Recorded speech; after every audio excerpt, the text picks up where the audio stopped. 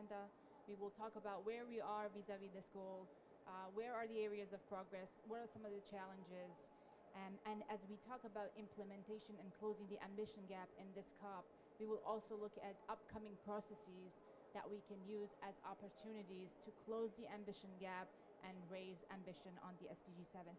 We have a number of distinguished experts and speakers with us, including co-facilitators of the Technical Advisory Group of SDG 7. This is an independent advisory group that looks at SDG 7 in detail and puts forward recommendations as inputs to intergovernmental fora to inform the process on the progress of SDG 7. We also are delighted to have a number of members from UN Energy, which is an interagency mechanism of the UN that brings all the UN agencies who are working on energy together. So without further ado, I am delighted to hand the floor over to Mr. Hans Olav Ibrek. He's the Special Envoy of Climate and Security from the Ministry of Foreign Affairs of Norway. He is also one of the co-facilitators of the SDG 7 tag. Hans, the floor is yours. Thank you very much, Bahare. And thanks to those that are in the room and listening in. First, of course, we all agree that SDG 7 is key to achieving most SDGs. We also know that the progress is far too slow. I think it's we need to be honest that we will not be able to achieve SDG 7 by 2030. IEA just released a roadmap to achieve access to all to electricity by 2035 and clean cooking by 2040. And that's part of the World Energy Outlook. And basically what the IEA is saying, so I'm looking forward to listening to Irina later on if you have a similar scenario going forward, but 45% will be on-grid, 30% mini-grids, and 25% standalone systems when it comes to electricity. And in terms of clean cooking, Ed might not like this, but LPG underpins most new clean cooking access according to the scenario that IEA has presented. So I leave that for the discussion later today. In terms of investments, the IEA is saying that you need 4 billion a year for clean cooking, and that's just pocket money if you look at the larger picture. You need 23 billion a year for access to electricity. So this amounts to less than 30 billion a year, so it should definitely be feasible to achieve then full or universal access by 2035 and 2040. They're also clearly saying that concessional finance remains vital to attract capital, especially in riskier markets. I would like to add then also that it's really important to mobilize domestic resources because that underpins everything. In 2015, we agreed to the SDGs, and SDG 7 was actually one of the least controversial ones, and that was a big surprise to most of us because we had energy had been sort of politically controversial earlier on, but at that time I think the world was quite peaceful and calm, and we all came together and they adopted the SDG 7. But I would also like to give credit to my colleagues in New York that really worked hard to ensure that we got the consensus through the Sustainable Energy for All initiative, and we had the Friends of Sustainable Energy in New York, which was then headed by Norway, Denmark, and Pakistan, and later on Ethiopia also joined. But with my introductory remarks saying that I said we will not be able to achieve SDG 7 by 2030, that indicates that we need to start looking beyond 2030. What will be the new development framework going forward? So in the lead up to this, HLPF, the High-Level Political Forum, will then review the status, the third review of the status of SDG 7 next summer. And based on that, we need to then start looking towards what's going to happen after September 2027 when we have the SDGs summit, and hopefully we will get agreement among governments, among member states to launch an intergovernmental process on the post-2030 framework.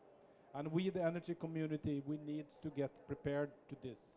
And I think we need to put our heads together and start developing a possible framework that we can then put forward to our colleagues that will negotiate this.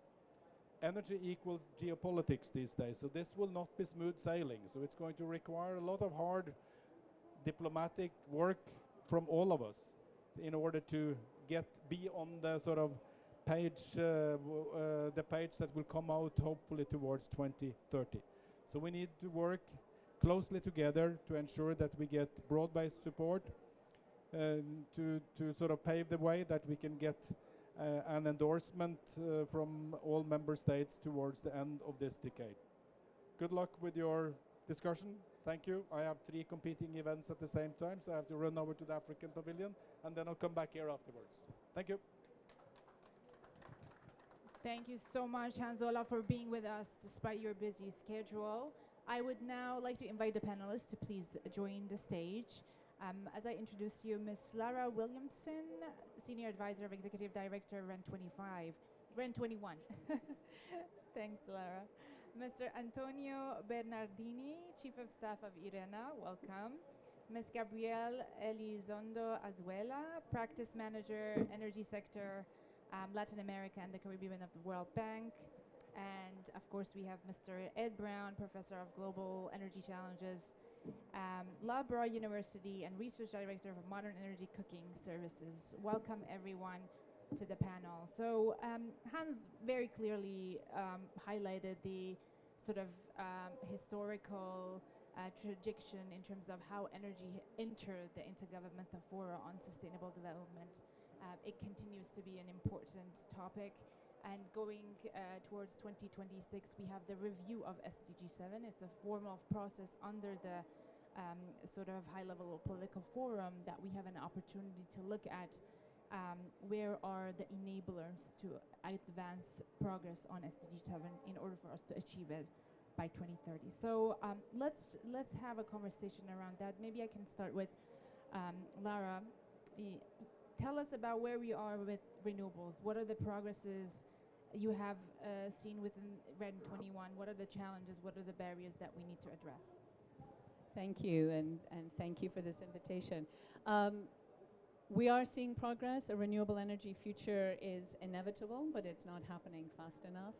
And one of the things that we are really seeing is that, particularly in developing countries, the conversation has changed from an energy access conversation to one of economic development and industrialization, and moving away from an energy transition to an energy transformation, in the sense that transitioning implies that you're moving from, that it's gradual and perhaps from a solid starting point, whereas we know that in many developing countries, there is not the energy that is necessary for healthy, sustainable livelihoods and economies. So there's a change in the conversation. I think what SDG TAG, the Technical Advisory Group, is doing through its review is really establishing those links between energy and other sectors, between sustainable livelihoods, education, water. And that also links back into the climate discussion.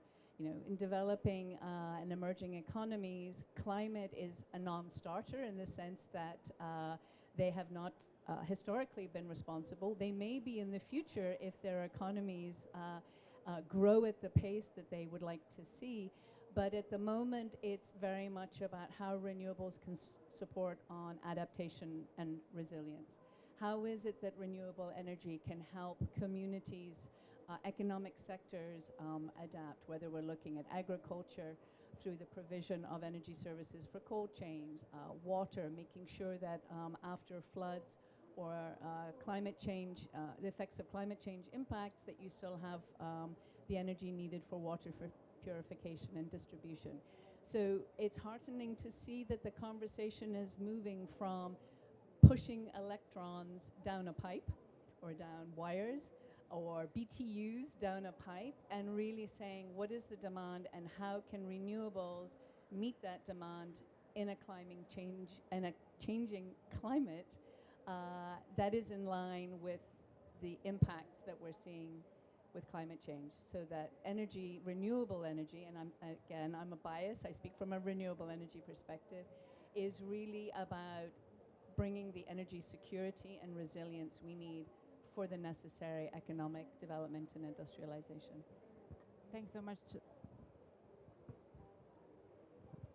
Oh, thanks so much, Lara. And of course, the importance of it is recognized as it is one of the 3 targets under SDG 7 and one of the key policy signals in the GST UAE consensus is tripling renewable energy capacity.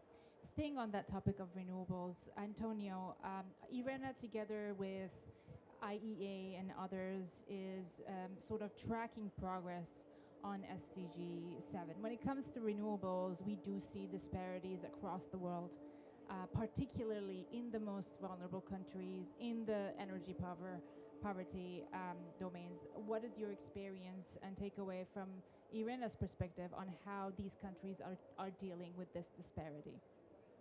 Thank you for inviting us to this panel. Well, first of all, let me tell you that it's important to underline once again how relevant the SDG platform is, and it's important to recall this because sometimes we have heard some partners having doubts on the validity of this platform. On the contrary, it's a platform which is guiding the entire world in a certain direction, notwithstanding delays and lack of resources. The platform is there to be still valid. Still, we have to recall this very important point. Otherwise, it seems that the last 20 years we have been spending time discussing nothing, which is not true. Now, I think also that we in IRENA have a slightly more optimistic approach and views on how things are evolving. And it's very interesting what we see. The renewable energy, when IRENA was launched, was really a niche in the discussion, and we were told. Exactly. So basically, it was a kind of it was an idea of people looking at climate change and looking at the possibility that renewable energy might play a role. Look at the situation now. It has changed completely the scenario. The major part of investment in the world in the field of energy are related to renewable energy. So even if we didn't have a climate change emergency, there would be scope for talking and discussing about renewable energy for the very simple reason that the cost has gone dramatically down. Now, we are depository as IRENA of the target decided the COP in Dubai regarding tripling the renewable energy. I have to say that the narrative is changing because we see the increase in renewable energy is growing so fast that actually we might think that we can reach the objective. So I think that we need to inject that positive attitude, that positive way of looking at what's happening in the reality. Now, it doesn't mean that all the countries and all the areas are performing the same way. Once you start analyzing in a more granular way what's going on, you will realize that all this advancement is basically linked to Asia, China, Europe, but you see that Africa is still lagging behind. There is a scope for improvement in Latin America. There is the issue of the small island development states. So there are still areas on which progress is needed and is necessary and is possible.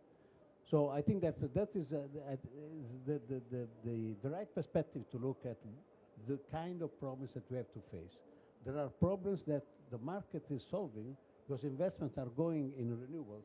There are issues on which we need public funding, we need the public support.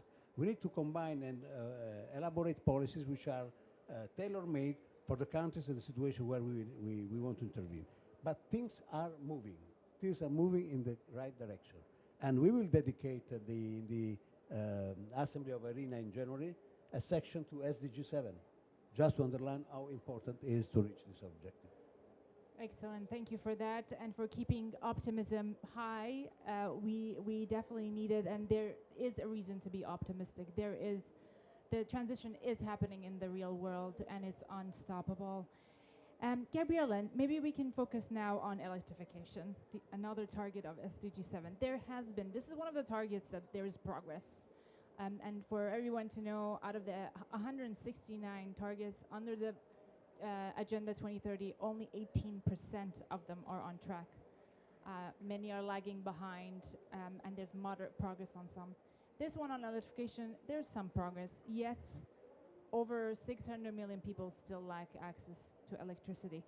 From the perspective of the bank, what are some of the opportunities and challenges vis-a-vis countries who still lack access to electrification, and what needs to be done? Over to you. Yeah, well, thank you very much, and thank you for the invitation to participate in this interesting panel talking about SDG 7 that I haven't done for a long time. But I wanted to start my intervention talking about narratives, because my colleagues started this way. And it's very interesting how we focus so much on now the narrative shifted. The word is not transition, the word is transformation. In my institution at the World Bank, we are moving from talking about climate and decarbonization to talking about smart development and, jobs and growth. And it doesn't matter if, at the end of the day, you need to deliver is jobs and growth. That's the priority, right? So there is a lot of narratives, but the reality is the reality, no? You're asking me about electrification, which I think is one of the key, or the most, one of the most important of the SDG 7 targets, because it's all about energy poverty, right? And you mentioned it, there is more than 600 million people with access to electricity globally. The majority, more than 80% of these people is in sub-Saharan Africa. So it is very important. The World Bank is very, very focused on supporting with its partners and all institutions that are here, by the way, supporting this target that we will not meet by 2030. But the World Bank, together with the African Development Bank and the Rockefeller Foundation and many other partners in the ground, including private sector, launched a initiative that probably you have heard about. It's called Mission 300. And it's a major initiative because the target is basically increasing access for half of the people without access to electricity in Africa, 300 million people.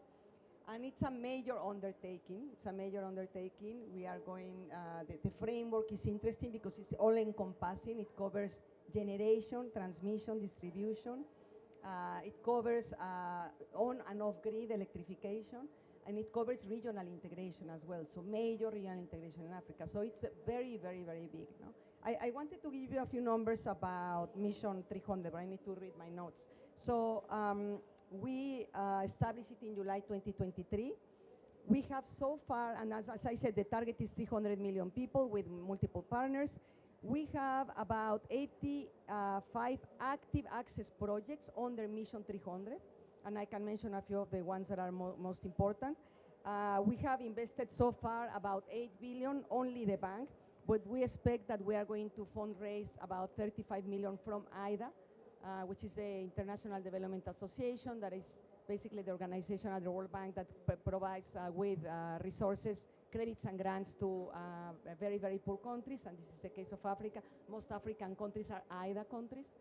So we have, as I said, we are supporting with the 8 billion plus 35 billion in IDA. And so far, in less than a year and a half, more or less year and a half, we've achieved 32 million so far.